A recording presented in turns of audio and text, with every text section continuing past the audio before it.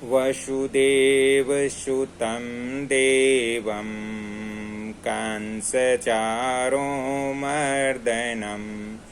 देवकी परमानन्दं कृष्णं वन्दे जगद्गुरुं। प्रिय मित्रों, हम किसी भी मकान की या किसी भी घर की खिड़कियों को देख करके उस घर की स्थिति का हम जानकारी प्राप्त कर सकते हैं। दोस्तों, वास्तुशास्त्र के अनुसार घर की जो खिड़कियां होती हैं उनकी दशा यदि सही नहीं होती हैं तो उस घर के जो निवासी हैं उनके स्वास्थ्य पर बहुत गहरा प्रभाव डालती है। दोस्तों, खिड़कियों के जो पल्ले होते हैं वो टूटे हुए नहीं होने चाहिए। यदि खिड़कियों के पल्ले टूटे हुए हैं या उन पर लगे हुए कांच टूटे हुए हैं या फिर उन पर कागज चिपकाया हुआ है तो दोस्तों, गृहवासियों के जो उस घर के अंदर निवासी रहते हैं, जो उस घर के अंदर सदस्य रहते हैं, उनके आँख, कान, नाक पर बुरा प्रभाव के संकेत हमें प्राप्त होते हैं। दोस्तों, खिड़की का आकार है वो दरवाजे के आकार के अनुपात में ही रखना चाहिए। दोस्तों, यदि एक कमरे में एक या दो खिड़की है तो ये वास्तु के अनुसार बहुत ही उत्तम रहता है, अच्छा रहता है, सर्वश्रेष्ठ रहता है। यदि कमरे में 3 या इससे अधिक खिड़कियां हैं तो दोस्तों, परिवार के अंदर पारिवारिक कलह का ये सूचक होता है।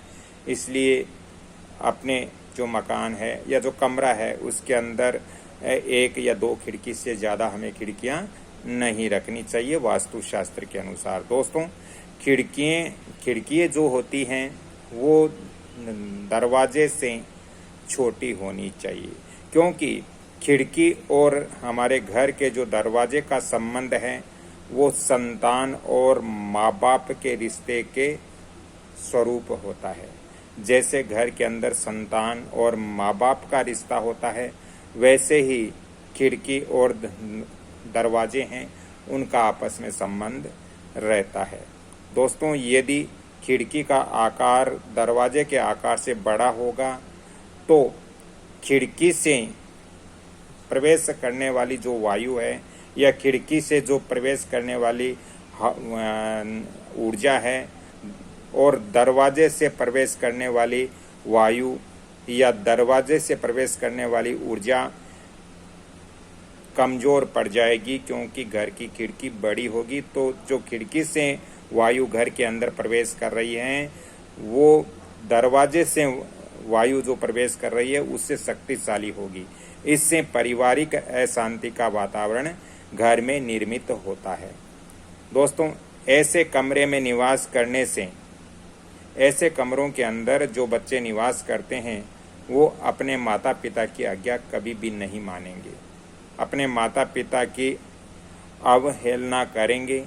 इसलिए हमें ये ध्यान रखना चाहिए कि हमारे घर के जो दरवाजे हैं उससे खिड़की बड़ी नहीं होनी चाहिए। दूसरे नंबर, कमरे में खिड़कियां 3 या इससे ज़्यादा कभी भी भूलकर भी वास्तु अनुसार नहीं रखना चाहिए।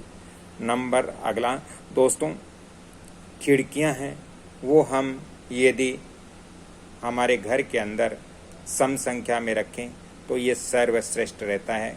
कमरे में भी सम संख्या में होना चाहिए वास्तुशास्त्र के अकॉर्डिंग।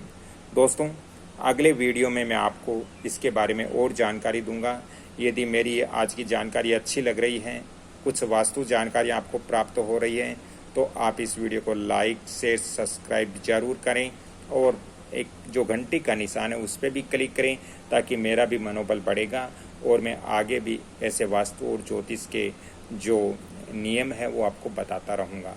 पहले भी मैंने बहुत सारे वीडियो दिए हैं, वो भी आप देख करके वास्तु और ज्योतिष संबंधित जानकारियाँ संपूर्ण प्राप्त कर सकते हो।